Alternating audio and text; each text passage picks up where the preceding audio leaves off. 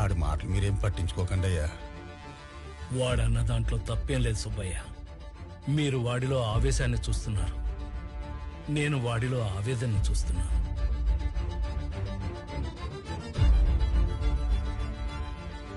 అధ్యక్ష, మా నియోజకవర్గంలో ఎన్ని మంచి వనరులున్నా వాటిని ఎలా ఉపయోగించుకోవాలో తెలియక మా నియోజకవర్గ ప్రజలు వెనకబడిపోయి ఉన్నారు అధ్యక్ష. వాళ్ల గురించి అధికార పార్టీ వాళ్ళకి ఎన్నిసార్లు విన్నవించుకున్నా నిధులు కేటాయించట్లేదు అధ్యక్ష. ఇలా అయితే మమ్మల్ని నమ్ముకున్న నియోజకవర్గ ప్రజలు ఏమైపోవాలి అధ్యక్ష? చెప్పండి అధ్యక్ష. నారాయణ స్వామి గారు, మీ నియోజకవర్గ ప్రజల సమస్యల గురించి వచ్చే సమావేశాల్లో తప్పకుండా చర్చించుకుందాం. ఇక మీరు కూర్చోండి. అధ్యక్ష, నేను ఇంతవరకు మాట్లాడటం మొదలే పెట్టలేదు, అప్పుడే కూర్చోమంటే ఎలా అధ్యక్ష?